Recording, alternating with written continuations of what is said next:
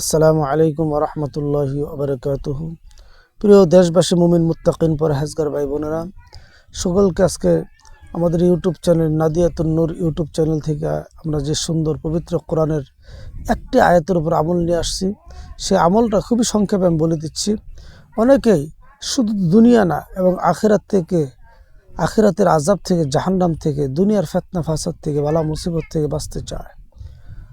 আল্লাহ রাসূল সাল্লাল্লাহু আলাইহি ওয়াসাল্লাম বেশি বেশি আয়াতটা পাঠ করতেন। রব্বানা রব্বানা আতিনা ফিদ দুনিয়া হাসানাতাও ওয়া ফিল আখিরাতি হাসানা ওয়া কিনা আযাবান নার।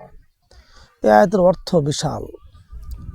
এই আয়াতের অর্থ হচ্ছে, হে রব, আতিনা ফিদ দুনিয়া হাসানা, দুনিয়ার ভিতরে আমাকে কল্যাণ দান করো, হাসানা দান করো। ওয়া কিনা আযাবান নার, ওয়া ফিল আখিরাতি হাসানা, এবং আখিরাতেও তুমি আমাকে হাসানা দান করো, কল্যাণ দান করো। ওয়াকিনা আযাবান নার, কবর আযাব থেকে, জাহান্নামের আগুন থেকে তুমি আমাকে হেফাজত করো। এই আয়াতের ভিতরে কি নাই? সকল কিছুই তো আছে।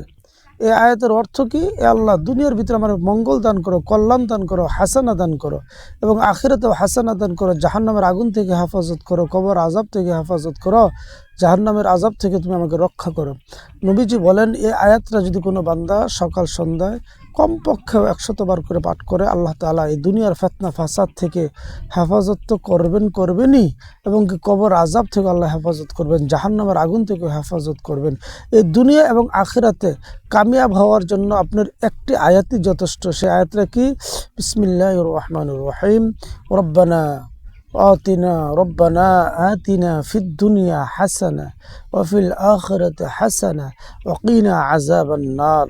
হাঁটতে, বসতে, চলতে, ফিরতে, খাইতে, শুইতে, শয়নে, স্বপনে, জাগরণে, সদা সর্বদাই বেশি বেশি এই আয়াতটার উপর আমরা আমল করা চাই।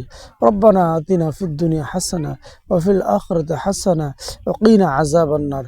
আল্লাহ তাআলা আমাদের সকলকে আমল করার তৌফিক দান করুক। আমিন।